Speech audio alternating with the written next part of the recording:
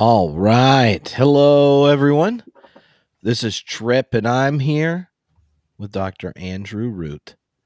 And we're going to have some Advent fun. Advent fun with Dietrich, known for just nice, sentimental, nostalgic-filled, heartwarming Advent sermons. The kind that make no one uncomfortable and just celebrate the impending precious moments. They're going to be captured and probably put in a commercial later. Yeah, absolutely. Yeah, very Christmas Dickens feel to these. Yeah. Yeah. Though, you know, Dickens had some cool stuff in Christmas Carol that Dietrich Bonhoeffer probably liked. Yeah, probably did. You know, I wonder if he read. I wonder if he read Dickens. I don't know. Maybe his time in London he did. mm, mm. Well, so we read a series of his Advent sermons. People already had a chance to listen to your lecture, setting it up and guiding them into it. But if you are sitting on here and you haven't watched it, then feel the lure. You can go over to ohgodwhatnow.net, OHGOD, that go God, whatnow.net, and you can join up. You'll get the lecture for it, along with the lecture on Barth and Tillich and Bultmann coming up, and you can have some theology of crisis this Advent. Whoo. Now, Andy, one of the things I think that might help is for you to um, to share a bit about Bonhoeffer's own context when he goes into Barcelona, the first one we read, and what it was like in Berlin when he comes back. When we think about these theologies of crisis showing up in that interwar period and all that's going on, I know for Bonhoeffer, the kind of leaving his home in a much more kind of upper middle class German aristocracy type space to German congregation in Barcelona and then working class in Berlin gave him a different experience and vantage point for even, his own moment. Yeah. And so how did these kind of pastoral experiences impact Bonhoeffer? Yeah, well, picking up that first one, and as I said in my lecture, I'm pretty biased towards the early Bonhoeffer, not because I don't think the late Bonhoeffer is important or interesting, but I just think to really get a good feel of Bonhoeffer, you really do have to honor the early parts of his life, and I think there is continuity from the kind of earliest Bonhoeffer through, and I think part of that is family, which then interconnects with Advent. I mean, I just reviewing this again for our conversation trip was picking up how both children in music are always with even in these sermons. Now, at one level, that makes a lot of sense. He's talking about Advent. He's thinking about Christmas music. He's thinking about the Advent songs that will be sung. He's thinking about nostalgia of children, but that also has a ministry context. So this sermon in Barcelona, if people remember the context of it, is that it really, in many ways, he's off to Barcelona because he doesn't have anything else to do. Now that's in some ways not fair. He's a elite boy with all sorts of things he could do and a PhD in his hand, but he wants to be ordained, and he's really too young to be a professor, and he's too young for sure. He's too young to be ordained. I have to make sure I'm right about this, but in my memory, you needed to be like 25, and if you do the math here, he's 22 years old when maybe 23 when he preaches this sermon, but this is 1928, born in 06. So he's off to Barcelona, have his really first extensive ministry experience, and he gets to preach this sermon towards the end of his time there, and he's really been doing it. I mean, his main responsibility has been the Sunday school, and working with young people, and he's come out of his home church, the Grenvald church in his neighborhood, and he's been doing children's ministry there too. It has been preaching some children's sermons and doing preparation for Sunday school and really preparing children's lessons, and he goes to Barcelona and he gets to preach a bit more. So preaching becomes more in the forefront of the tasks of ministry, but children are still pretty central in what he's thinking about and what he's doing there. And he's been away from his family quite a bit, and so you kind of, I don't know, rereading this, you get a sense that he misses his family, and the kind of nostalgia of Christmas and family, that's all playing within the mix of this, and comes back out. Mm-hmm. And the there's a little bit from the letters where you hear kind of just how different an experience it is, because it contrasts so deeply from what's going on in Germany, Yeah. right? He says Yeah. they know little or nothing of the war, revolution, and the painful aftermath of these things. They live well and comfortably. The weather is always fine. How could it be otherwise? Now, Yeah. I don't know if you're deciding on whether Berlin or Barcelona, Yeah. there's so it's kind of like, do you want AAR to be in San Diego or Chicago? Right. Yeah. Right. But he said they don't even know about the youth movement. It's like it's pastor without a trace. Yeah. So when we think of the world he left and where he's showing up, but still preaching a sermon with a horizon bigger Mm-hmm. than just the people in Barcelona or just Germany. What was it he left that he's not seeing?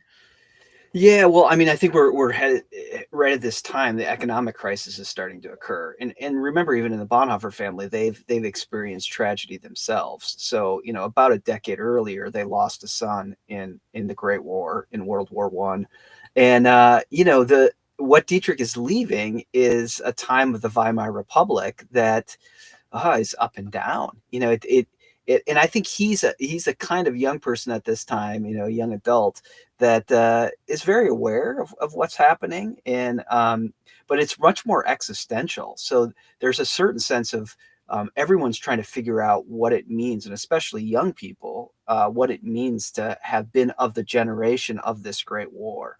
And when Dietrich will give his radio address on the younger generation's altered conception of the Führer, which happens in the mid 1930s, early 1930s. So we're about 5-6 years away from that. He'll set up three different young people that really map onto him, his brother Klaus, and then his older brother Karl Friedrich. So those who kind of fought in the war, those who were almost of age to fight in the war, and then those who were like children, 12, 13, 14-year-old during the war. But the point being is that they've come back in German society has just dealt with the utter rupture of World War One, and now coming to grips of it. Weimar Republic feeling very, very fragile, economic issues coming about, no one being really that satisfied with it. But there's also this deep sense of what happened, because I think one of the things that we forget, or you kind of got to dive into the history of this, is that the German public had been told throughout the whole of the First World War that they were winning it, that they were going to win, that there was no problem. At the last minute, the rug was kind of pulled out from under them, which leads partly to this whole rhetoric that the National Socialists will pick up here in a decade and a half, 2 decades, about that there was some cabal, that there was someone who stabbed us in the back at the last moment. So there is a sense where the whole society just feels kind of upended. Like, what happened here? We thought we were winning, and all of a sudden this all got we got stabbed in the back in some way, or just confusion on what occurred. So he's leaving a land of confusion. He's leaving a land of a new political order. He's leaving a country that's trying to figure out how economically to be secure. He's leaving a family that's lost a son, and trying to make sense of that, which was one of really the first sufferings of this very elite Bonhoeffer family. So that's what he's going to the Sun, and he's finding these German speaking expats, essentially, who kind of, yeah, they were at the beach during the Great War. I'm sure it touched them in some ways. They had extended family and things that were pulled into it. Maybe it shifted business relations, but for the most part, they were in this sunny Mediterranean oasis away from it, and he's pretty fascinated by that. Mm-hmm. So I I went and marked places that people sent in questions in the sermons, and so I picked Okay. out a few. And so I thought I'd do two of them. Then you can point us place they didn't come up in a question I picked, and Okay. then we can go to Berlin. But Marty, I you're gonna guess that when Marty sent this, he knew this would get picked as something I would talk with you about. I Okay. know you and Andy love to talk about Hartmut Rosa. What is the percentage chance that if Hartmut Rosa was reading this sermon this Advent, he would underline the passage, quote, "Should we tremble at these words, his voice? I stand at the door and knock." This is on page 23, by the way. Okay. The spirit that we have called for, the spirit that saves the world, is already here at the door, knocking, patiently waiting for us to open the door. He has long been there. He's been there a long time. He's not gone away. His is a very quiet voice, and few hear it. The cries of the marketplace and of those who sell shoddy goods are all too loud. But the knocking goes on, and despite the noise, we hear it at last. Mm. So Marty wants to know, would Hartmut Rosa underline it? And would he say Advent and acceleration? Yeah, I think that's definitely true that Hartman would he would underline that because of all of this stuff about voice and response. Maybe what Rosa wouldn't, I don't know, maybe he'd be intrigued by, but maybe not underlined is this kind of apocalyptic overtone too that is in this, and the kind of in two of these sermons, Bonhoeffer comes back to this text of Jesus knocking on the door, but the whole thing of the marketplace in the way it creates this kind of noise that distracts us. I think most definitely Rosa would find that quite fascinating.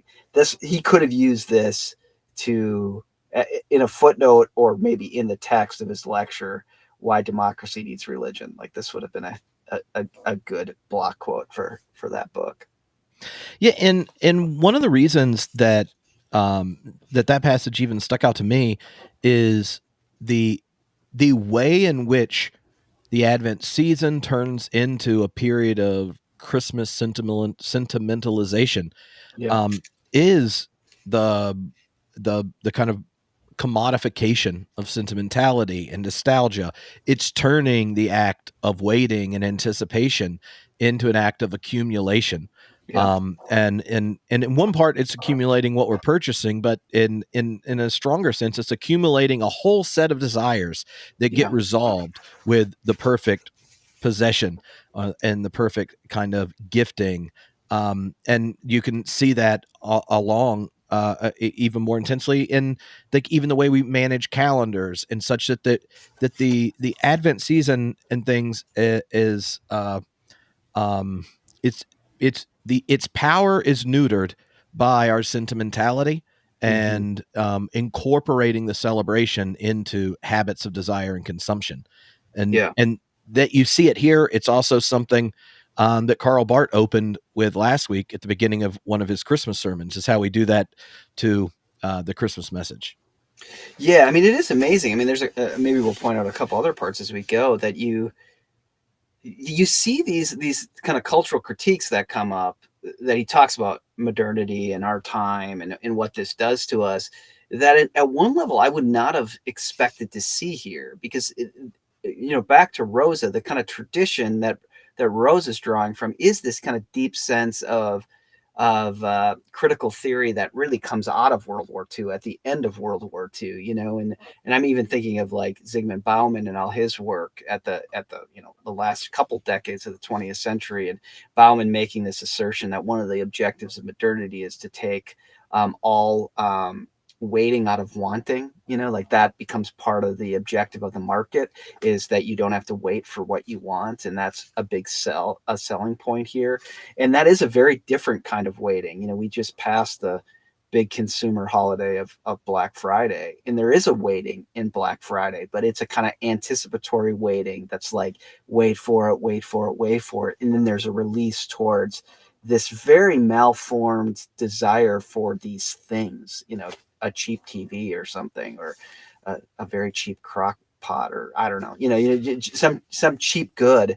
And he's really trying to say, and you have to remember, like, this is a very young guy. Like, think of a sermon you preached when you were 22, 23 years old, like, I don't want to do that. I don't want to do that either. And yet, there's a certain way, I guess, maybe it has the Bonhoeffer gloss on it, so we're willing to give it a pass or something. But I don't know, it holds up. And waiting as a deep theological category here is playing itself out, I think, in a significant way.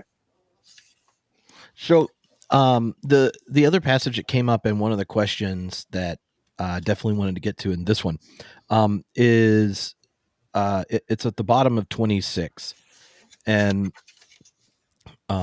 this is when he turns to talk about Matthew 25. Whoever's done to the least of these, they've done unto me, and that's his answer for, well, if the hypothetical question from the congregant, well, if he's standing at the door and knocking, well, I ain't hearing anything. He's, well, maybe you should first listen. He goes, really? Well, then where's he knocking at? How's that working? And he goes, what if I just quote Jesus, right? And he does the Matthew 25 bit. And this is one of the earliest places we see him putting in a sermon one of the key theological concepts in his dissertation. Yeah. And one you spend a lot of time with. So I'll read the passage, and then you kind of help connect the dots for people as to what all that's contained in Bonhoeffer's earliest theological wrestling with it. He says, he's just talked about the Matthew 25 passage. With that, we face the shocking reality. Jesus stands at the door and knocks. He asks for help in the form of a beggar, a down and out, a man in ragged clothes, someone who's sick, even a criminal in need of our love. He meets you and every person you encounter in need. So long as there are people around, Christ walks on the earth as your neighbor, as the one to whom God calls to you, demands of you, makes claims upon you. That is the great seriousness of the Advent message and its great blessing. Christ stands at the door. Yeah, well, this does. I mean, this is a major theme of Sanctorum Communio. That I think the driving force of that text is really to look at the concreteness of Revelation, and where is it that that Jesus Christ becomes present? Where do we encounter Jesus Christ? And people remember the big takeaway from Sanctorum Communio is that Jesus Christ exists as church community. That Jesus Christ exists. The word Bonhoeffer uses as Gemeinde, as a community, not in the kind of structural realities of the church or institutional structures of it, but within the relationships itself. So it is fascinating that he's then driving us. And this is a very kind of, I think, Lutheran overtone, that justification then leads me to respond and care for my neighbor. And that's how he sees this. So he sees that there's this call to the neighbor, but for Bonhoeffer, he really wants to emphasize, which I think is there in Luther too, he wants to emphasize that encounter with the neighbor becomes the concrete place where Jesus Christ is present. Like, that's where we encounter the breaking forth. That's hence where we encounter the knocking on the door. If you want to hear the door knocking, if you want to respond and open the door to this Jesus Christ who's breaking forth, then you really do have to turn to the personhood of one another. And so it is the beginning of the person structure being really central for Bonhoeffer, that he's going to always think things through the person structure, which I think also is what makes kind of these Advent sermons interesting, is that it leads him to think about the Advent season and Christmas itself as a place where persons join in for the sake of being together. And there's a sense that what happens in these kind of gatherings is that we just share in each other's personhood, and that will lead to responses here of caring for the hungry and the down and out, as he says. But it's really ultimately, I think it is that most directly, but it is because there's a person who calls you, and Jesus Christ takes the form of person in the Christmas story. In the birth is God taking the form of personhood, and that becomes really central for Bonhoeffer. I mean, this is a kind of critique of Bonhoeffer too, is that everything kind of comes back to this incarnational reality of the second move of the creed. Really, it's very Christocentric in that way, and I think that's probably something at least true for Barth and for Bonhoeffer in these sermons, is that that Advent sermons become just a way to continue this kind of Christological overtone, and kind of seeing it as a kind of key into even thinking about how we can proclaim Jesus Christ in a modern world. They really do think that the second article of the Creed is really essential to being able to say anything in this modern time. And so really concretely, that's to your neighbor. It's to the person structure in participating in that. Yeah, and one of the things that might be helpful to point out, and there are a couple of questions about kind of comparing and contrasting Bonhoeffer, and in the person contrast, at least for Bonhoeffer, was something he thought was one of the ways he contrasted with what Barth was doing. Mm-hmm. And in actually all four of the theologians of crisis we'll look at here, but the others as well, they, to understand what they're doing theologically, you start with, all of them share that God tells you who God is. The event of revelation's where you start, because if you don't start there, you're starting from something that already happened and has been constructed in human history, and now you're going to pass it off with the authority and finality of God, right? So you're starting from somewhere. And Barth emphasizes that God's not an object, God's a subject. Mm-hmm. And that subject is the triune God. And that's what's encountered in God's self-revelation. And Bonhoeffer in Act and Being draws a contrast between the divine subject and the divine human person. Yeah. In part because he argues, he thinks that gives a unique tactility to God, and that you only come to know a subject through intimate relations. So you would never know who God is without the human subject Jesus being there. So you can't talk about God without talking about Jesus. But also, because that's the revelation of reality and the fullness of humanity, we can't talk about ourselves without understanding what humanity looks like before God in Christ. And so this that image of person for Bonhoeffer kind of gives a unique Lutheran take on theology of crisis. Barth is Presbyterian, Reformed, and some of the distinctions between the two really follow those Reformed Lutheran lines. Bultmann and Tillich both have variations of Lutheran things. So either the kerygma in Bultmann or the symbol, right? And there's only one real symbol, and it's the new being, namely the Christ event. So they each have these different ways of orienting it. But if you're thinking about crisis, like how do you speak theologically when you don't have a place to put your foot? Then where you begin is of essential importance. And so there's just both, like the person of Jesus for Bonhoeffer, and in this sermon and in the other ones, what is it like if God shows up as person? How do you orient oneself to mystery? Right. And almost all of his examples are when we orient ourselves well towards our child, towards our partner, towards our nation, towards our vocation. He gives these very personal examples because that the very fabric of our existence is where God arrives. Yep.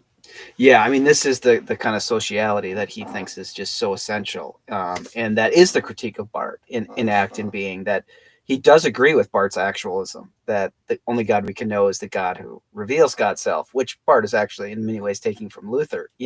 He believes that completely, but he does think that Barth emphasizes that to such an extent that he forgets the reality of being. So this is why the shorthand for me on Act and Being, which is kind of coming here in between this sermon and the next sermon he's writing, is both an affirmation and critique of Karl Barth and an affirmation and critique of Martin Heidegger. That he's holding these two things together. So when he wants to get concrete on where is Jesus Christ knocking, it's not in some kind of metaphysical space completely. It's not in some kind of base knowledge that you come to recognize. It is in the life of your neighbor, who calls you into, what will be developed in the ethics down the road. It will be responsibility that will call you into that. Now Dietrich is really just interested in the fabric of sociality, and how there's a certain spirit that comes as we share in each other's lives deeply. And he thinks that that God is present in the midst of that relational spirit, for lack of a better term. Was there another section in that sermon you want to lift up before we go to Berlin? No, I think I'm ready to go to. Well, are we going to America next? Or we can go to America next. Let's go to America. Let's go to America because All I right. find this one really interesting. Yeah. All right. Well, Bonhoeffer ends up in America. Yeah, but ironically, this sermon is not preached in America. It's in Which the Americas. it's in the Americas. It's yeah. So this is I find this fascinating, and it was great to review this. Is and you'll get more on this if you go back and look at the rambling lecture that I gave leading into this. So this is preached after first semester. So it's easy for us to think about this if you're a North American because we are thinking American semesters here. Like we're thinking Bonhoeffer ends up in late summer in New York, is there for a semester, and then ends up in Havana, in Cuba.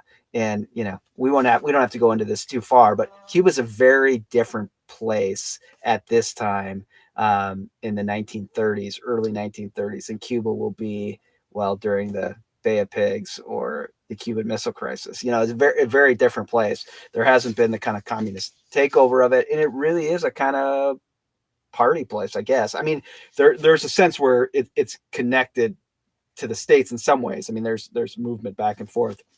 I know Yeah. that I was reading a book on the economic history of the Americas, and there was a time people thought Havana might play what came to be the role of Las Vegas. Yeah, absolutely. And there's a lot of, I mean, I've read something too. I can't remember where it is, but there's like a lot of American business money dropped into Havana, thinking like this would be resorts, beaches, casinos everywhere. But he's there, which I think is really fascinating. So he's there after first semester in New York. He's there with Erwin Schutz, which I would like to know a little bit more on. I mean, Dietrich just has met him at the beginning of the semester. Now he's down there with him. He's the connected to the Karl Barth piece. Schutz is the guy who introduces Bonhoeffer to Barth. So they'll in 32, Dietrich will meet Karl Barth for the first time. He's already just written his habilitation on Karl Barth, and he's Schutz will be that connection. So they're both down in Havana, but they're there because one of the Horn sisters is there, and this is really important and takes us back to the early Bonhoeffer, because these Horn sisters were these Moravians who Paula Bonhoeffer, Dietrich's mother, hired to be the kids' nannies. And so they always had a deep kind of pietist faith. Karl Bonhoeffer, Dietrich's father, wasn't all that interested in church and religion and any of that stuff.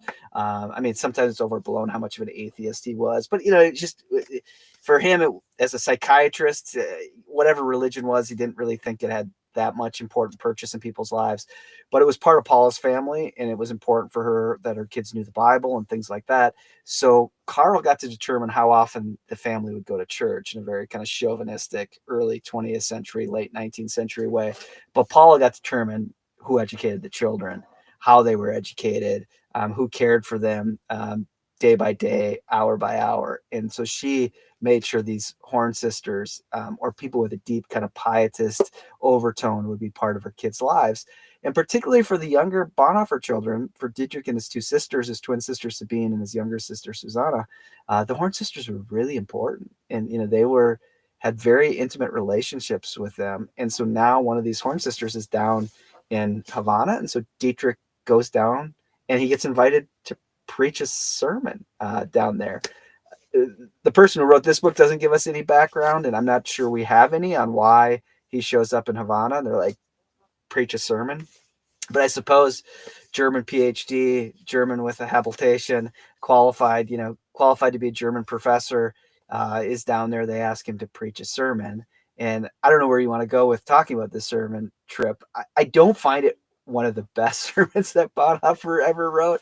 I don't think it's too good in many ways at all. But what I find really fascinating about it is both there's a more existential tone to it, but there's also a lot of discussions about sin in this sucker. Like he's really interested in realizing the way Advent, the way the Christmas story confronts the reality of sin in the world.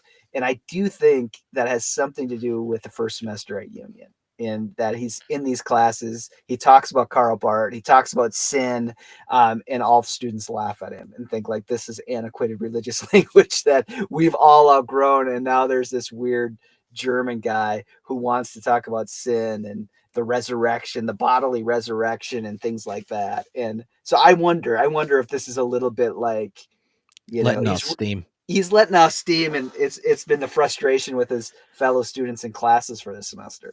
Well, the one of the things you can see he does, which the idea that Union students would be similar to the audience at the Havana Church is just, there's a whole genre of preaching at a seminary. It's just a completely different experience than anywhere else. Yeah. But he kind of builds concentric rings around the destabilization that comes with the coming of God. And he has some rather humorous lines on 38. He says, "And God's love was showered upon this child. On that Christmas day, God himself decorated the Christmas tree. The decorations were the stars of the eternal Father in heaven." And then he says, well, what happened? God had looked upon the poor of the world and had himself come to help. Now he was there, not as the Almighty One, but in the seclusion of humanity. Wherever there are sinners, the weak, the sorrowful, the poor in the world, that is where God goes. Here he lets himself be found by everyone. And this message goes throughout the world year after year anew. And it also comes once again to us this year. In the sermon, you could imagine the students he would write complaining about would resonate when he talks about God showing up in the poor of the world. Yeah. But been uncomfortable with the sinner language, right? And so one of the things that he does here that you see up throughout Bonhoeffer is that when you recognize that the incarnation is the coming of a new reality, then it transforms the relation you have to yourself and to the divine, to your neighbor, and to your enemy, and it problematizes the kind of judgment one makes under most ethical reflection, like this is good or this is bad or this is righteous or this isn't, or this is theologically of import, that's just secular existence. And so the incarnation, the Christmas event, is kind of problematizing any kind of binary from the personal to the social, as well as kind of abstract, not allowing you to abstract ethics outside of the you can't abstract ethics as just as something you end up possessing to then judge the world. Yeah, I think so. And I do like your point that you do see a connection between these two, that it is, again, to the poor, to the brokenhearted, that if you're looking for where God is revealing God's self, it's there. It's in this place of responsibility to neighbor again. I mean, the freedom of being driven to minister and care for your neighbor is a really important theme here.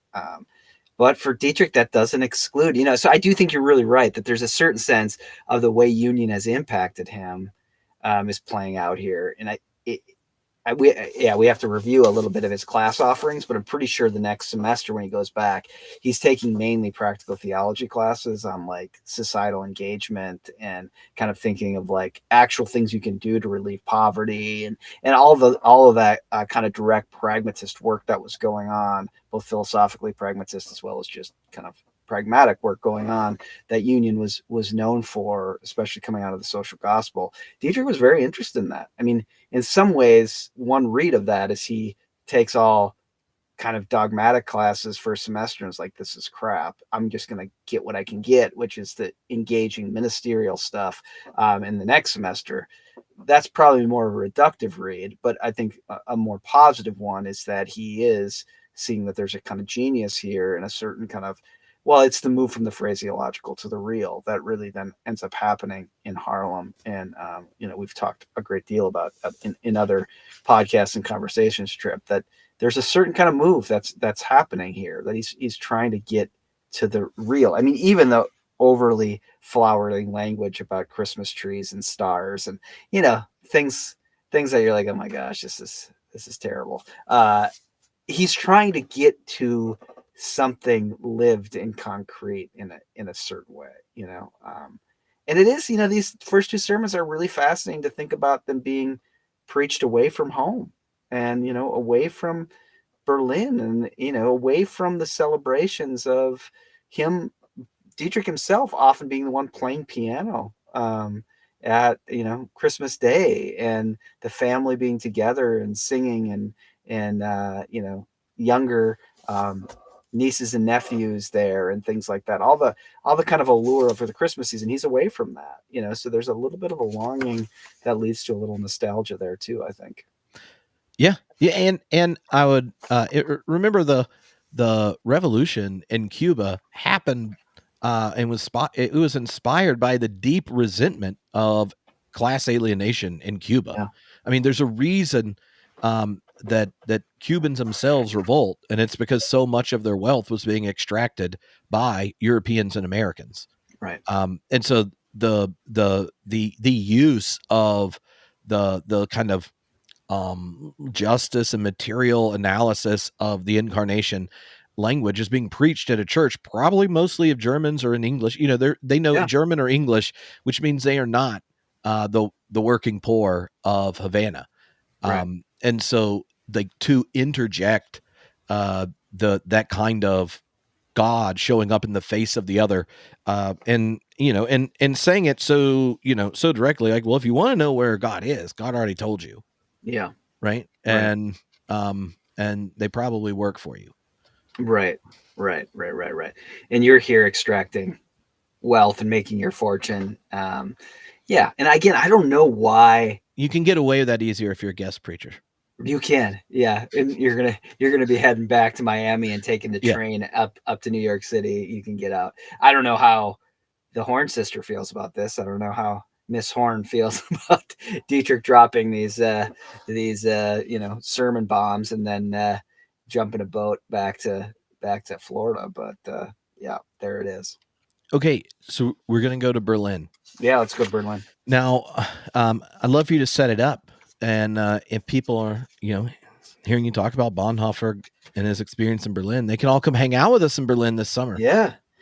Well, I found it a bit confusing how this little book kind of set this up, but I'm pretty sure that this sermon was preached at the Wilhelm Memorial Church, and so and that's important for those of us who are those of you who are interested in or will be coming on the Bonhoeffer trip, because our hotel will just be 3 blocks from this church, and 3 blocks the other direction you can go to the technical. The technical college is still there, and that was Dietrich's real first call. He was the chaplain at the technical university, the technical college there. So that the reason that's important is he doesn't have a regular pulpit, so you can think like being in campus ministry now, it's like you maybe you take, depends on your campus ministry, maybe you're preaching sermons through Advent at chapel or whatever. Because college kids love extra sermons. Right. They love that. Yeah. And, college kids super into Advent. Maybe the ones are, I don't know. But he doesn't really have at least a Sunday regular preaching gig to go through. And, he didn't in this last sermon we talked about either. He was guest preacher. And then the one before he was intern. And the assumption is he gets one sermon, like Ulbrich, the pastor in Barcelona, is like, you get the first week of Advent, and then I got the rest.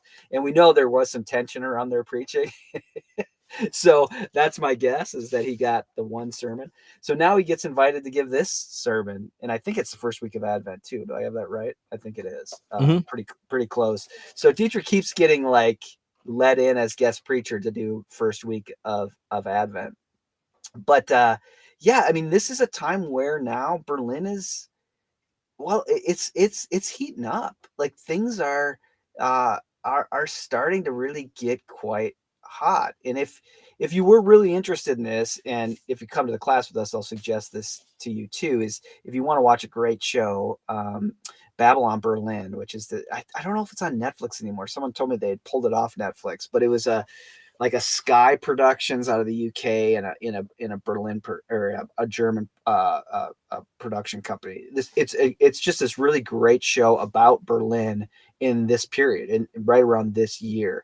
And one of the things you pick up from that's just so clear, and you can also read a historian like Richard Evans, the great Cambridge historian on Germany in this time, that the communists were the growing party. Like if you were making bets on who was going to, like what kind of political system was going to overtake Germany, especially if you're thinking like Weimar Republic's not going to last, like it's too wounded. There's too much distrust across, even those who are supporting it don't really trust it, which is one of the things that fated the Weimar Republic to not last. Is even the people who are like leading it were like, meh, like I don't know, I wish we could get the Kaiser back, most of them, or whatever. Like, I don't know.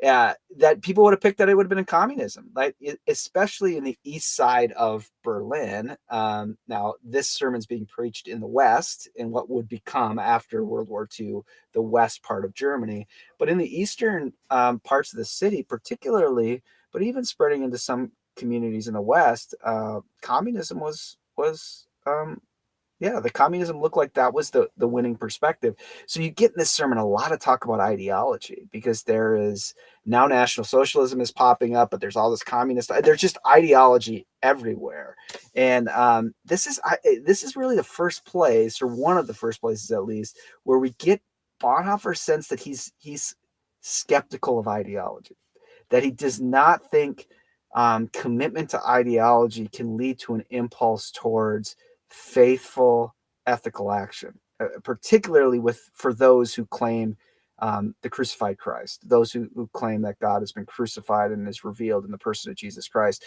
that he's not sure ideology can do it. And it goes back to what we had said earlier, that ideology asks you to have commitments to ideas. And Bonhoeffer thinks the very revelation of Jesus Christ is not embedded in ideas, it's embedded in persons. And so personhood is where God reveals God's self, not in some kind of knowledge or commitment to ideas. And so therefore, concretely ideological commitments leads you to hold your ideas over and above persons.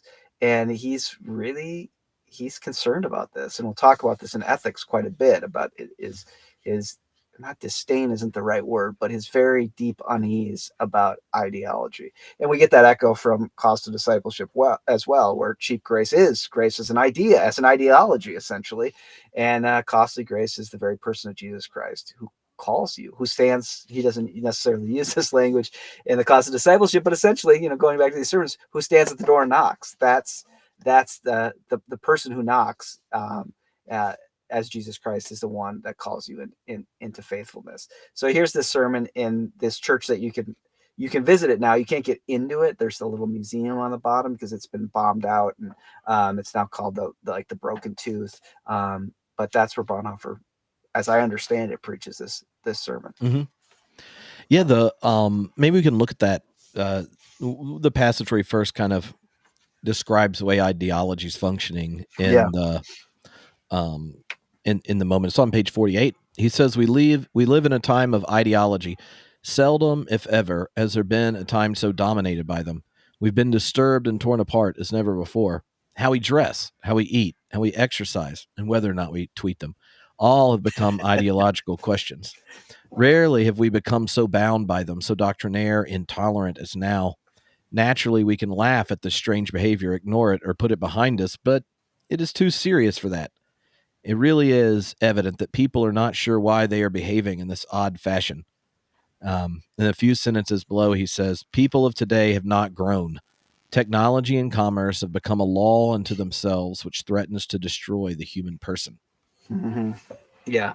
Again, that's another example of where this critical theory post-war that leads to people like Bauman, and in some ways people like Habermas, and then ultimately into people like Rosa, who Tripp we've been in discussion with. I mean, that just sticks out, that here's Bonhoeffer, and he's never seen a cell phone, never even thought about it, never thought about Amazon, and never seen a Black Friday sale, and yet there are these kind of overtones of this technological and kind of market-based commerce that does something to our souls, erodes our souls in a certain way. I think that's fascinating. Well, and one of the elements of it that's at least stuck out in this section is the way in which cultural ideologies, when they become things that connection to consumption and the broadcasting of consumption, what you eat, what you dress, right, all those kind of things, those ideologies, theologically critiques them as idolatrous. And so in many ways the way this kind of a critique of ideology as a critique of idolatry shows up as the way it occupies you, right? Like that this ideology both decenters you from your true self in Christ. It generates this deep gap, lack, need, that these desires that then you are trying to generate a self-worth recognition by what you end up performing and publicly, and then the very ideology now doesn't just generate your consumption patterns; it also starts to cultivate your fears and anxieties. Mm-hmm. Right? And so throughout the sermon, he keeps bringing up the way ideologies are a they're what would you call it? They're like they're like a Trojan horse for the very problem that's generating the attraction of ideology. Like it Trojan horses in the breakup and fabric of society and things. And so you think you need this ideology to protect you, but you're really worshiping an idol. And what do idols demand? Death. Yeah, and they demand continued energy spent. They demand that you continue to spend, and I think he is pointing to the way Christmas becomes fundamentally about what you spend instead of the gift you receive. An ideology demands continued loyalty, and it demands the continued extraction of your resources. And I think that's a fascinating theme throughout this. And Jacques Ellul makes a similar connection between technology and the way ideologies function as idolatry, demand sacrifice, in that kind of post-war moment. On page 50, this is one we had a couple people mention. He says, "For what is our modern life if it is not a long wait for better times and changes? If there ever was a generation which needed to learn to wait, then it is surely ours. We wait for improved political conditions and a better economy. We wait for promotion in our employment. We wait for work. We wait for a new morality, a new religion.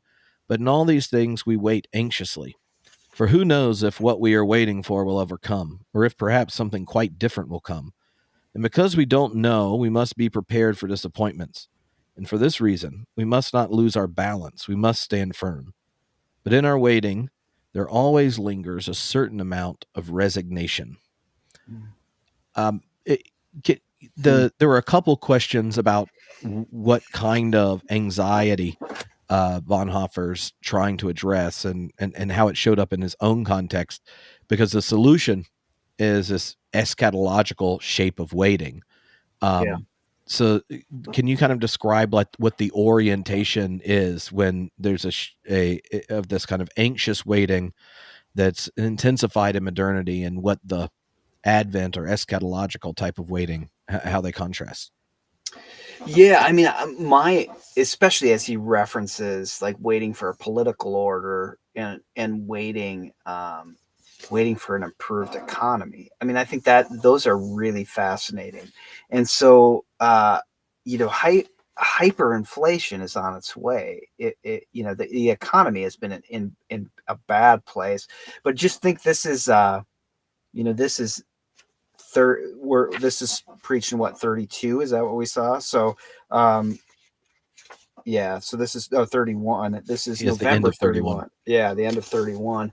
So the stock market crash has happened in America, and as I understand it, one of the big issues that leads to hyperinflation within Germany is that there's a lot of foreign investment in the German economy after World War One, and so, for instance, a lot of North American investment, and as soon as the stock market crash happens, Germany gets kind of, the whole globe is in some ways dealing with economic problems. They're dealing with the Treaty of Versailles needing to be able to pay back what the Allies had said they owe, and then the stock market crash happens in America, and all that foreign investment that was keeping the German economy, which was pretty weak, but was able to.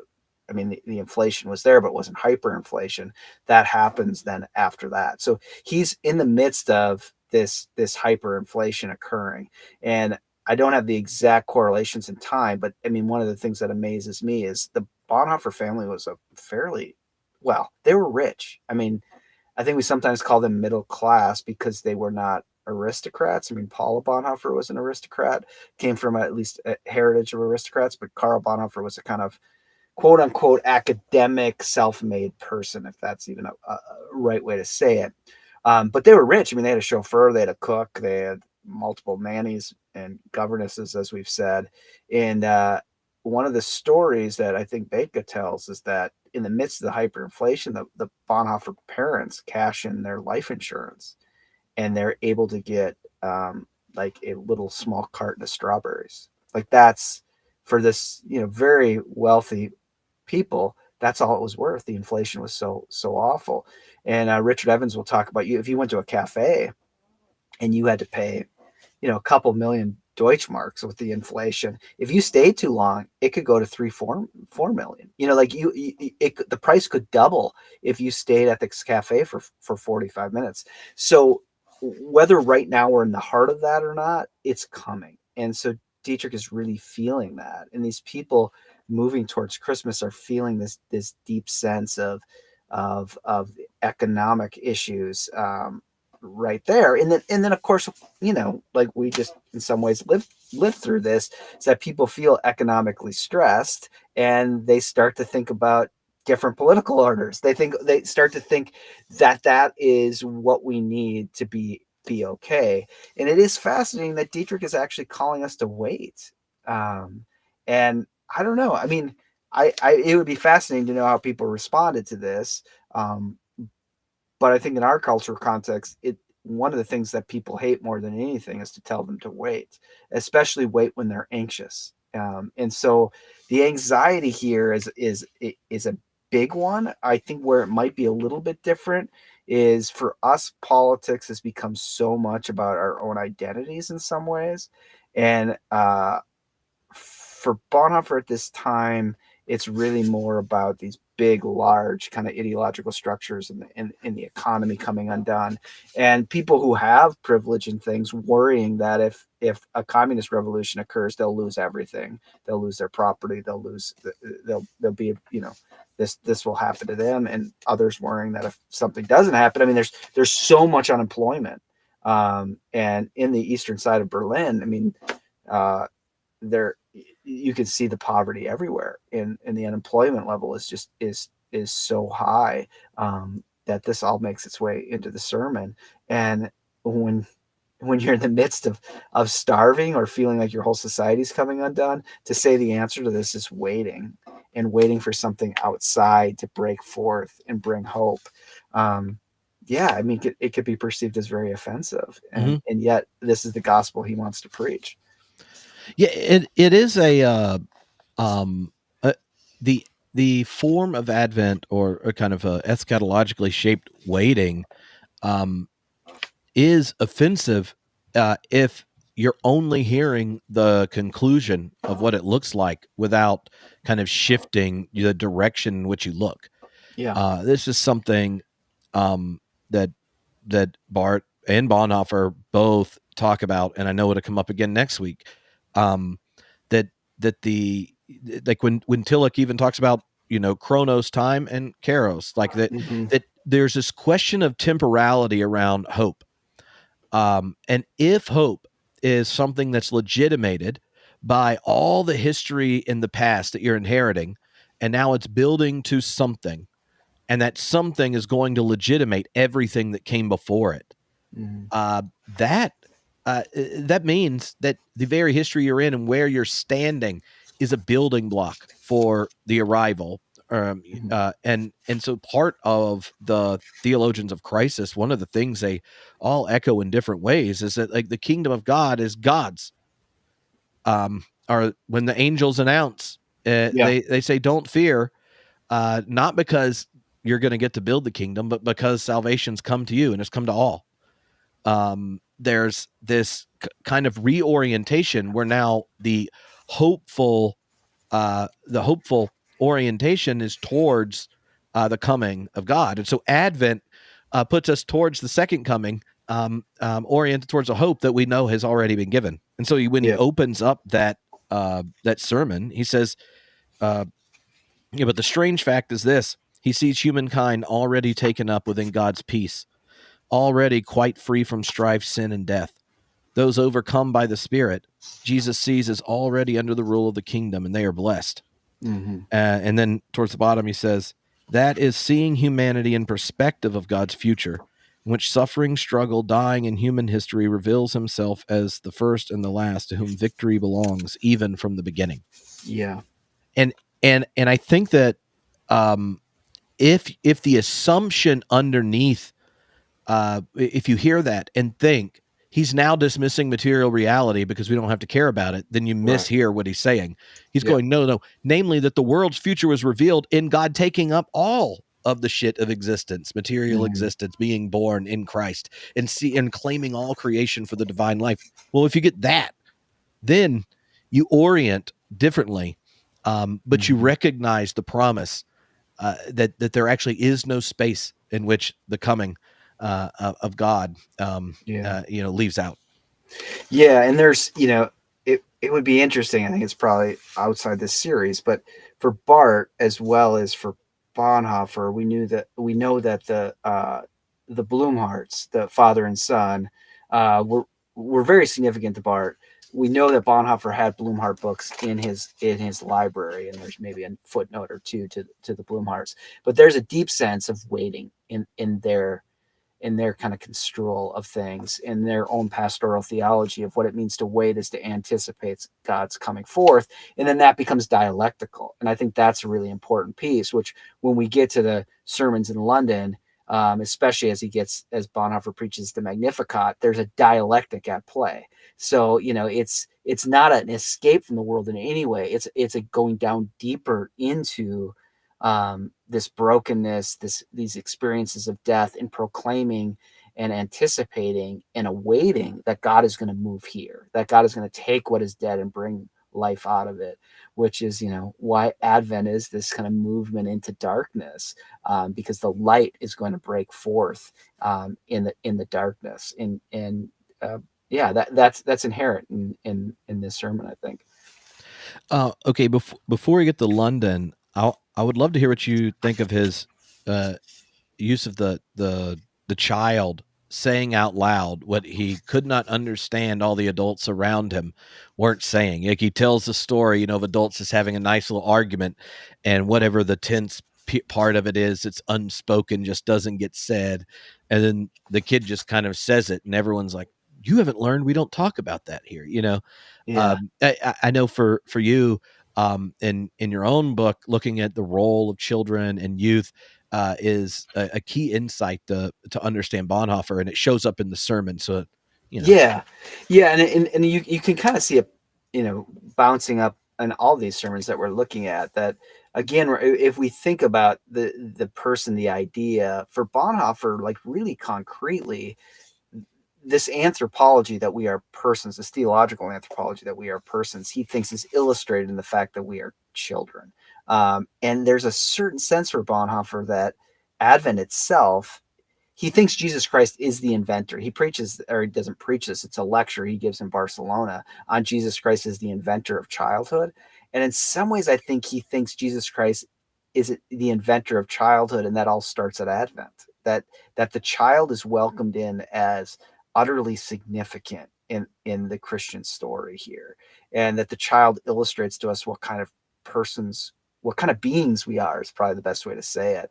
And that comes up, throughout. And I think in Dietrich's own life, when he thinks of Christmas, he thinks of the place of young people within it. I mean, I'm also reminded that we have multiple letters from multiple different times of Dietrich writing his father. And I think the first one is in Barcelona, in saying, the young people here don't have any Christmas presents. Will you send money so I can buy them Christmas presents? Like there's a sense where Dietrich wants them to be able to celebrate the gifts of Christmas, and he thinks that's an essential piece for children. But I think the main point here is the kind of anthropology that plays out, in that children are not formed fundamentally by ideology. They're formed in and through relationships of communities, and I think that's what's really important for him. Yeah. In the child getting to play the fool, the jester, and then essentially at the end, that's what he's calling the church to do. Like, if you're doing Advent right, if you're doing waiting right, then we will play the fool, the court gesture to all the lies that are being lived into and never spoken, and all the things that are off the table for the kind of like gatekeepers of existence. Yep. Be like the child, just like say it out loud. Yeah, say it out loud, and in wait. I mean, there's a certain kind of power in having your humanity back, in being given the gift of your humanity back in waiting. And I think that's especially quite relevant in our accelerated times. Mm-hmm. All right, London. Yeah. So I don't know what you think, Trip, but I like the second sermon in London a lot better than I like the first sermon. And, so first of all, what we need to know going into London is that Dietrich is in London because he's exhausted. I mean, he Mm-hmm. really kind of feels in some sense like he's sabbatical isn't the right word, but in some ways in diaspora, like he's leaving. He's leaving to get away. So he's been involved in the Pastors Emergency League for a while now, and has been really pushing them to take more radical steps. But he's one of the younger pastors, with his friend Franz Hildebrandt. They're one of the younger ones, and it appears, and again, this is one of the hard things about the Bonhoeffer stories. We don't have like these long journal entries of his feelings. You know what I mean? He's not like maybe an American teenager writing about what it feels like for him to be him. We don't get that, so we're not exactly sure what's going on, but we get a little bits, in that he feels like he feels lonely. He feels quite lonely in the midst of this, and actually feels like maybe some of the relationships he does have with other pastors in his synod, in his judicatory, are becoming fractured, and he's exhausted. We'll go through all that if you come to Berlin with us. And just there's a lot going on for Dietrich Bonhoeffer right here, and so he ends up in London and takes over. This is, again, much like Barcelona. This is a German speaking congregation. These are expats that are in this congregation, and he takes it over with his friend Franz Hildebrandt. They go together, and Franz Hildebrandt he has his family. I think it's his mother's side has Jewish blood. He's obviously an ordained Lutheran pastor, baptized, but for the Nazis, he is Jewish. And so he has to get away, and he stays in London from this period until the end of the war, and really never goes back to Germany, as I understand it. I mean, goes back and visits, but spends the rest of his career either in the UK or in America. But they're there, and Baker says that the congregation didn't like Bonhoeffer that much, or particularly didn't like his sermons too much, found him a little bit too heady. And there was a sense of being in the congregation and being in the place. And we get that from that first sermon, I think, where he talks about the terrible mining accident that's happened in Wales. And he uses that as a doorway in, and talks about the cave, and that becomes a kind of analogy. And you get, you get a kind of a feeling of Plato's cave at play here. And I was thinking of Advent as a kind of bringing together of the crisis in Wales, Plato's cave in some sense, and then, again, a door that's being knocked at, this time a cave, trying to break into it from one world to another. But Baker says that they didn't seem to like his sermons that much. And at another level, I think Bonhoeffer's, maybe one of the reasons for that is that he also has an eye on Germany, so they wake up and they try to get news on what's happening in Germany, and they're always in communication back and forth, and particularly how the confessing church, what's going to become the confessing church, what's going on there in the church crisis. So there's a lot of kind of ecumenical work going on and conversations with Bishop Bell and things like that, and then taking these pastoral responsibilities. So again, these are sermons to working class people or business people. I think they're probably more, not necessarily blue collar workers, but white collar workers, and they just find this a little bit too academic, a little too earnest. And so, yeah, the first sermon is interesting in its connection to the mining crisis. And the second one we can talk about too, which I think I like better. I don't know what you think, Trip. Yeah. I mean, I like the second one better. Two things that popped in mind just about that London context that that makes sense. Hearing the sermons in it. You mentioned there's the his relationship with Hildebrand doing the double Yeah. tag team pastorate. This is where they write they write through a kind of a confirmation process together, and in it, the question of the difference between human beings by race is made explicit. That you are actually a despiser of humanity if you make distinctions by race. And that within the life of the German church, both in Germany and in those congregations, racial distinctions were something they said, oh, well, we think you can have that belief too, but we also want to permit people to have this other one. And so in their in that the document, which is essentially like teaching confirmation, the basics of the faith, it is not adiaphora. It's this is essential to the gospel. No respecter around race differences. And the other thing that just thinking about this, you're in London. The intro to it tells some of the tensions it was with him and Bart's relationship, and is that the passage he dwells on and what he spends all this time on is the phrase "look up, raise your head." Right. So while he left Germany and feels like he needs to go into the wilderness, what he's sitting there, once he gets to see his fellow Germans there, the call is look up, raise your head.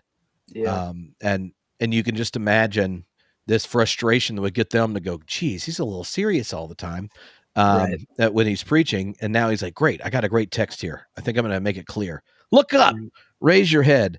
And when he talks about that passage, one of the sections, Suzanne said she thought this was a beautiful passage. Let's see, where is it? Yeah, 94.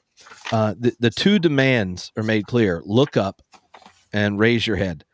Advent makes people whole, new people. We can also become new people in Advent. Stand up, look up. Your view is too much down towards the earth, fixed upon superficial changes and the happenings of this earth. And she asked, what kind of challenge is he giving? Because he's obviously someone who wasn't ignoring all the crises that are around. He's sitting here worried about the Pastors Emergency League and everything, but he's also obviously going, there's something that the present reality looks different when you look up, when you raise your head. So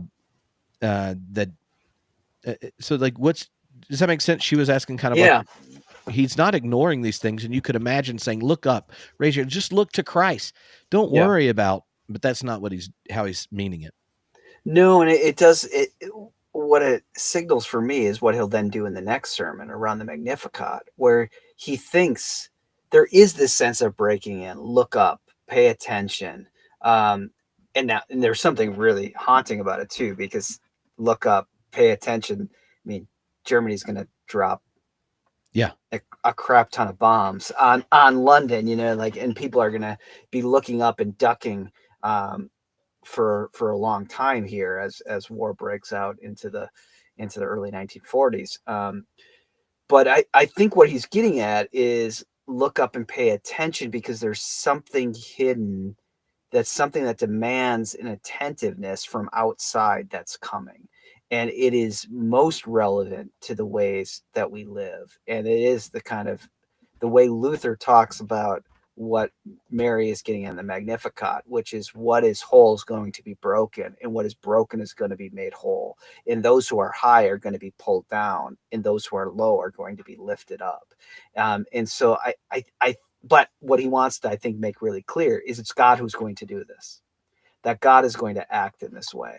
So we need to prepare ourselves and wait upon God's action here, which is an attentiveness. And this does, to me, get into the kind of waiting he's looking for. I think the kind of waiting we have is, and we hate, is a kind of waiting without narrative and without attentiveness. Like when you're waiting for a delayed flight, it doesn't call you into being attentive inside of a larger story. But this wait, look up, is a kind of attentiveness that also has a great story that you're living into, a sense of a breaking forth, a sense of the eschatological again. I mean, that's how I get what he's getting at there, is that there is a sense of anticipation, and that's what Advent is it's a waiting, for something. And I do think there's something really true about what it means to be a human being, that you can never not wait for something. You're always waiting for something. The question is that horizon, is it enough? Is it narratival enough? Does it give us a kind of a moral vision that's deep enough? And I think as the preacher, that's partly what Bonhoeffer thinks his job is to help you know that what you're waiting for is, well, it turns everything upside down as he gets into the next sermon. Mm-hmm. Mm-hmm. So, yeah, in that last sermon from the London ones is on the Magnificat. Yep. I mean, it's a very familiar passage. And so, what's Bonhoeffer wanting to do with it? Yeah, well, what I get here in this is I'm a little bit biased in reading it, because I've just been working with Luther's commentary on the Magnificat, and if you want a reference on that, my colleague Lois Malcolm has written some really great things on Luther and the Magnificat and what's going on there. But Malcolm particularly highlights this dialectic of breaking what is whole and making whole what is broken. And so, I mean, I see that this is where I see his dialectic most at play here. And in some sense, like on page 103, that long middle paragraph, I just wrote in the column, like Luther, that echoes so much of Luther there. So yeah, I mean, I don't know. It'd be interesting to know how he prepared for this, but it really feels like he's got Luther's commentary in the back of his mind. And of course, what's fascinating about that commentary, I said this in my lecture, but it's written to John Frederick, which is the elector's nephew, who's trying to kind of make sense in Wittenberg of what is this new Protestant faith? What does it mean for Mary? Why, what happens to Mary in the midst of all this? And Luther's just really clear that what happens in this Christ event is that the powerful are pulled down from their thrones. And it just reminds me of well, I don't know. I'm just thinking of crass things to say, but the guts, we'll go with that. The guts Luther always has, like he's writing this to the elector's nephew who's in line to be his successor and take power. It's basically like, hey, listen, what this gospel means is you better watch out, because it, if you're disobedient, God will pull you down, and God, will lift up the lowly. And if you don't care about the lowly, then what you have will be broken, and God will take what's broken and make whole. And so I see a parallel here with what Bonhoeffer's doing, and I my deep sense is that he's very aware of Luther's commentary in the Magnificat, and during his dissertation days, I mean, you just do the math here in the 400-year anniversary of the nailing of the 95 Theses. That was in 1917, and Dietrich starts at the University of Berlin in 1925, and if you come with us to Germany and you decide on your own to go down to Wittenberg, you'll probably still be able to buy crap from 2017 celebrating it. And what I mean is, like, the ramifications of the anniversary tends to go on for a few years. And Bonhoeffer does do his coursework for his PhD in the midst of a Luther Renaissance, and Bonhoeffer's impacted by this. And the Advent in the child in the manger is very important to Luther. Like, Luther wants us to look upon this baby in a manger as the picture of who this God is. And I see Bonhoeffer kind of echoing that in this sermon. Mm-hmm. So throughout it, he uses Mary to really describe what a revolutionary looks like. Yeah. Yeah. God in the humble state, that is the revolutionary, the passionate word of Advent. And this kind of tending to the subjectivity of Mary becomes a way of offering up a vision for the disciple and their own subjectivity for a revolutionary moment, and which enables them both to talk about the reality of the world and the need to change, and then what the disposition is you cultivate in Advent. Yeah. And it is. I mean, using the word revolutionary, I mean, it's fascinating to go back to the second sermon, and Cuba is going to be a land of a revolution, and yet Bonhoeffer's thinking that the true revolutionary here is Mary. And this gets us back to what we talked about in the Berlin sermon, that it is a real difference between the idea and the person. Does the revolutionary bring forth, produce, set up the idea, or does the revolutionary lead people into the encounter with the person? And Mary becomes the truest of all prophets, for Luther, and particularly for Luther, the truest teacher of what faith is, because out of this subjective encounter, the experience of the encounter with the Word, she believes it, and that's what Bonhoeffer's kind of leading his congregation into, is how do you hear this word and respond to it?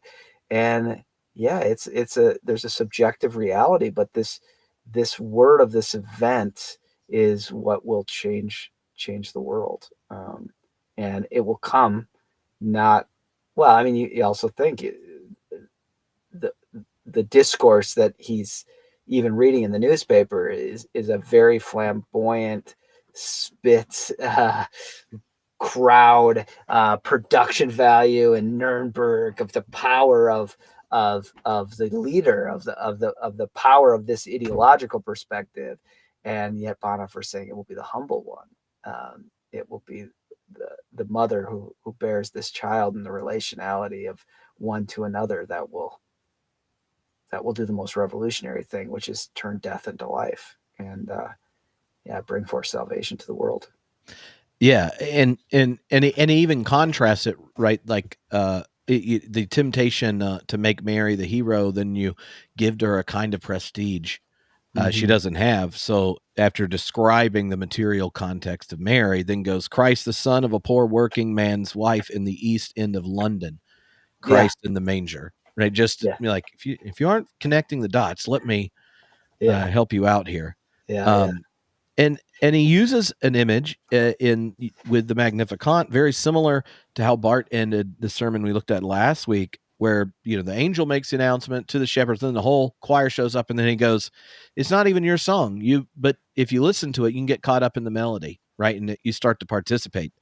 And here, Bonhoeffer says, we want to participate in this Advent and Christmas happening. We cannot simply be like spectators at a theater performance, enjoying all the familiar scenes, but we must ourselves become part of this activity, which is taking place in this changing of all things. We must have our part in this drama. The spectator becomes an actor in the play. We cannot withdraw ourselves from it. And I think in both something you see in Barth and picked up here again in Bonhoeffer, that like the otherness of God, the strange new world of the Bible, all these kinds of things, the otherness actually protects the distance, so that participation or responsiveness and receptivity or giving birth or whatever image we want to use on our side, becomes of supreme importance. Mm-hmm. Yeah, I think that's really well said. Yeah, and a nice connection between the two.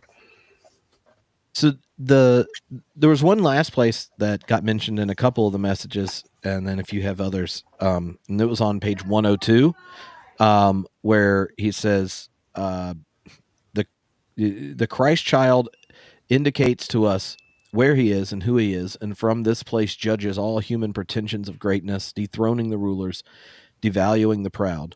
The throne of God in the world is not as human thrones, but is in the depths of the human soul in the manger. Around his throne there are not flattering courtiers, but obscure, unknown, unrecognizable forms who cannot see enough of this wonder and gladly live from God's mercy alone. There are only two places where the powerful and the great in this world lose their courage, tremble in the depths of their souls, and become truly afraid.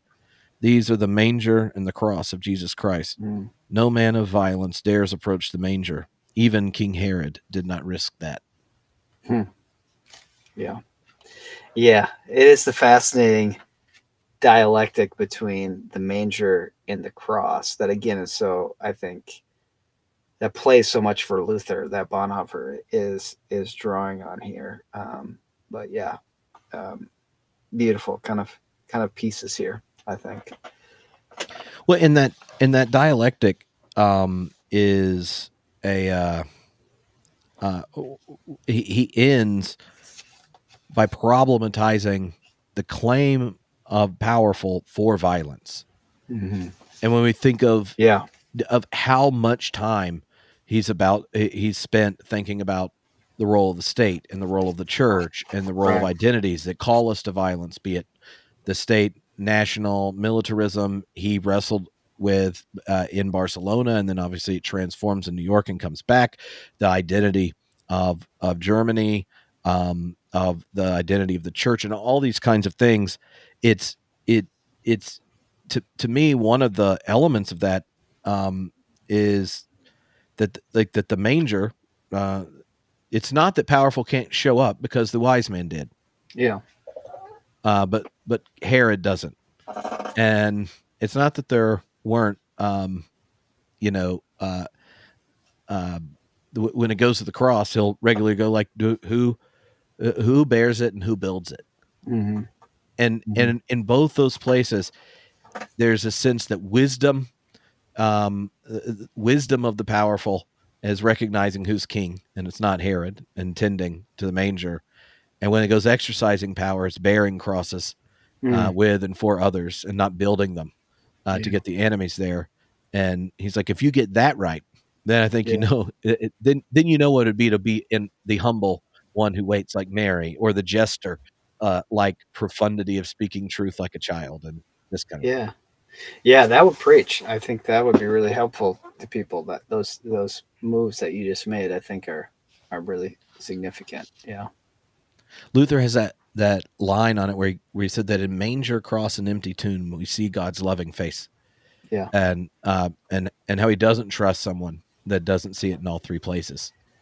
Right. And I think this is, I mean, it'd be interesting in your other conversations here, but this is kind of what connects these four theologians in many ways is this kind of Luther's sensibility that uh, the God you can know is the God who arrives, and that God arrives in this baby in a manger, and that is radically disorientating. That the fullness of God, that the power of God comes forth in such vulnerability, and yeah, that itself is a crisis. How you come how you come to respond to that is an absolute, yeah, crisis. And so for Luther, there is this deep sense that the otherness of God is so great that it will actually, as a late medieval person, it will melt you in fear. So then look upon the manger, and God comes near in the baby do many things for us, but also to reveal the tenderness and the invitation of this God. Awesome. Well, is there something we missed? I don't think so. I mean, I think we could do a whole, well, besides what you just put up, that people can join us and we can continue to talk further about this and talk about what happens after 1935. And in many ways, we've just given you the early Bonhoeffer, and all the exciting stuff is, before him here, as he'll leave London and the UK to take over the seminary at Finkenwalde, and then move into resistance from there. So it's in many ways these all become antecedents to his great invitation into obedience and discipleship. Mm-hmm. Well, one fun thing: the new episode of Rise of Bonhoeffer that came out today has a bit I did not know till we were working on it. Victoria Barnett was, I guess, interviewing a member of the Bonhoeffer family, and said that his letter after 10 years, which we talk about in the second half of the episode that came out today, when the family got it, and over the Christmas holidays, would read a paragraph, and then they'd all argue with Dietrich, and then the next day they'd read another paragraph, and Interesting. And yeah, I know the relationships in that family are so important for understanding Bonhoeffer. And then imagining like the last letter you get, and then he's arrested not long after that. Then what do you do at Christmas? You pull it out, and then you read a paragraph, and then you all kind of like discuss it. Yeah. And say our youngest brother was full of crap when he said, I totally disagree with him on this. But if you want to, I mean, we'll be in that room, the room where they discussed it, and we're there in now in the room that's become kind of the lecture area. It's like the seminar room. There's a piano in it, and it's the Schleicher piano that was next door, which is Dietrich's oldest sister and her husband Rudiger Schleicher's piano that Dietrich often played on Christmas. That we would play that piano, and it's there. And we'll sing a devotion every morning, and listen to that piano if someone can play it, because I can't. I can only play 3 Counting Crows songs. Okay. That's how we're going to end each day. Yeah. Wait. I can play Hot Cross Buns. Okay, good. Cross Buns. So, yeah, that's all I can do. Yeah, I had to play that to pass music in 5th grade. I'm just glad you passed. I passed. It is barely. Well, I had to switch golf in undergrad to pass fail because I was so bad at it. And my parents even got me a golf coach for Christmas, and we're like, "Oh, you'll get it down. You'll be good because like you'll want to play later." And I barely passed, and it was I had to switch the class to pass fail, like not like organic chem, like some philosophy majors do. Like, let me get through this science. No, it was golf. Golf was how I got to use my one, switch it to pass fail. That seems like the most bourgeois thing I've ever heard. I know. I'm good at golf in school. I thought it would mean I get reasons to hang out with people, and now I will go golfing, and I will just drive the golf cart, hand out drinks, and smoke cigars and talk. I don't even need to play. Yeah, I will do the hanging out part, but not the actual golfing. It was the disappointed faces when I was in Edinburgh with every faculty member was like, "Well, would you like to go golfing?" And I'm just like, "Yeah, I don't really golf, but." But I'll drink. Yeah. They're like, all righty. We'll see you all next week, and we'll be doing some Tillich. There's both a short essay on his kind of understanding time and the event, Christ event, and then there's a sermon. They're both there on the resource page. So next week, John Thetominal.